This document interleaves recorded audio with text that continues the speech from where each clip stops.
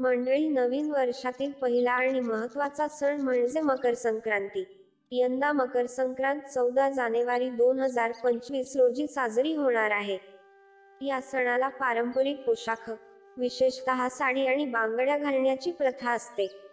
पण यंदा कोणत्या रंगाची साडी नेसणे टाळावे हे तुम्हाला माहिती आहे का? चला तर मग या व्हिडिओमधूनच ही संपूर्ण माहिती सविस्तरपणे समजून घेऊया आणि यंदा मकर संक्रांतीला साडी आणि बांगड्यांचे शुभ अशुभ रंग कोणते आहेत हे सुद्धा जाणून घेऊया. पण त्याआधी आमच्या चॅनलला सबस्क्राईब करा. वैदिक पंचांगानुसार मकर संक्रांत 2025 ही यंदा 14 जानेवारी मंगळवारी रोजी साजरी केली जाणार आहे. यंदा या दिवशी सूर्यदेव सकाळी 9:03 मकर राशीत प्रवेश करणार आहे. वैदिक पंचांगानुसार देखील मकर संक्रांतीचा हा सण 14 जानेवारी रोजी साजरा केला जाणार आहे.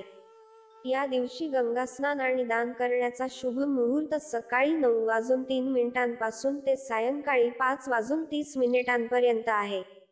या शुभ मुहूर्तावर गंगास्नान करून दानधर्म करावा, त्याचे चांगलं फळ मिळतं असं सांगितलं जातं.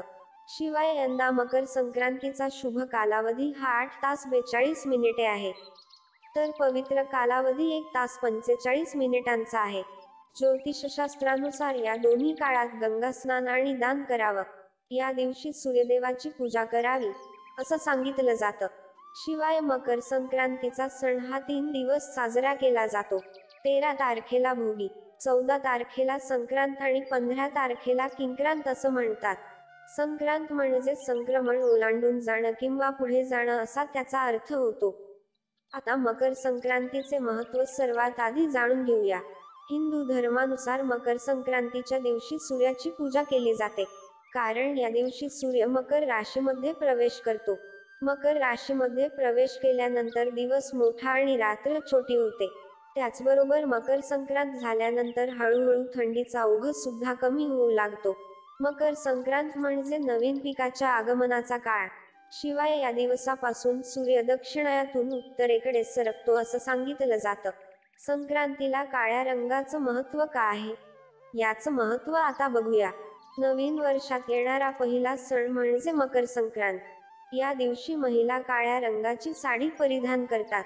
त्याचबरोबर या दिवशी प्रत्येक घरात जाऊन तिळगुळ वाटले जातात, तर अनेक घरांमध्ये हळदी कुंकू ठेवलं जातं. मकर संक्रांती सणानिमित्त बाजारात अनेक वेगवेगळ्या रंगाच्या आणि डिझाईनच्या पतंगी विकण्यासाठी सुद्धा आलेल्या असतात. संक्रांतीच्या दिवशी प्रामुख्याने काळे कपडे परिधान केले जातात. मात्र हा रंग अनेक लोक अशुभ मानतात. पण संक्रांतीच्या दिवशी मात्र काळ्या रंगाला विशेष महत्त्व आहे, कारण शास्त्रानुसार हा रंग शुभ मानला जातो. याच दिवशी सूर्य मकर राशीत प्रवेश करतो आणि थंडीच्या दिवसात उबदारपणा देणारा हा काळा रंग परिधान केला जातो. म्हणूनच मकर संक्रांतीला काळ्या रंगाची साडी किंवा ड्रेस नेसणं परंपरेनुसार शुभ मानलं गेलंय. मकर संक्रांतीच्या दिवशी अनेक ठिकाणी काळ्या रंगाचे कपडे परिधान केले जातात. काळा रंग अशुभ मानला जात असला तरी मंगळसूत्र मध्ये वापरले जाणारे मणी हे काळेच असतात. म्हणून संक्रांतीच्या दिवशी रात्र मोठी असते. काळोख्या रात्री या दिवशी काळ्या रंगाची वस्त्र घालून निरोप दिला जातो. याशिवाय काळे कपडे उष्णता शोषून घेतात. शरीर उबदार राहावे म्हणून संक्रांतीच्या दिवशी काळ्या रंगाचे कपडे परिधान केले जातात. आता प्रत्येक वर्षी देवीने परिधान केलेल्या रंगाची साडी नेसणं अशुभ मानलं जातं. 2025 मध्ये देवी पिवळ्या रंगाची साडी परिधान करणार आहे. त्यामुळे यंदा पिवळ्या रंगाची साडी घालणे टाळावे असं सांगितलं जातंय. याशिवाय काळ्या रंगासह हिरवी, लाल, गुलाबी आणि केशरी रंगाची साडी नेसणं शुभ मानलं गेलंय.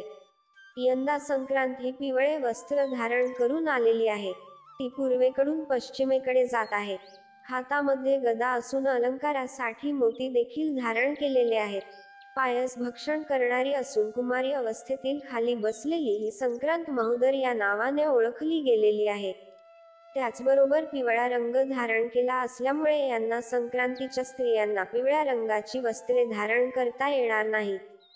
शिवाय पिवळा रंग वर्ज करावा लागेल असे सांगितले जाते. तरी सुद्धा हा प्रत्येकाच्या आवडी निवडी आणि मान्यतेचा भाग असू शकतो. प्रत्येक भागातील परंपरा वेगळ्या असू शकतात. त्यातच पिवळा रंग आणि संक्रांत म्हटलं की हळदी कुंकवाचा महत्वाचा सण असतो.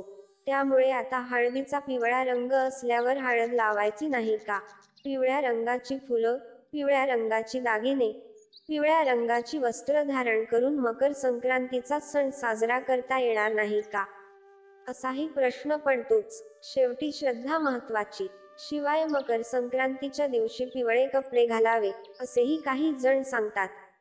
त्यामागचं कारण असं की पिवळा रंग हा आनंद आणि समृद्धीचे प्रतीक मानला जातो.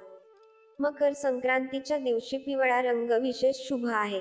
अशा परिस्थितीत मकर संक्रांतीच्या दिवशी पिवळे किंवा सोनेरी रंगाचे कपडे परिधान केल्याने घरात आणि व्यक्तीमध्ये सकारात्मकता येते आणि नकारात्मक ऊर्जा दूर होते असं सांगितलं जातं. शेवटी व्यक्तीची श्रद्धा आणि आवड महत्वाची.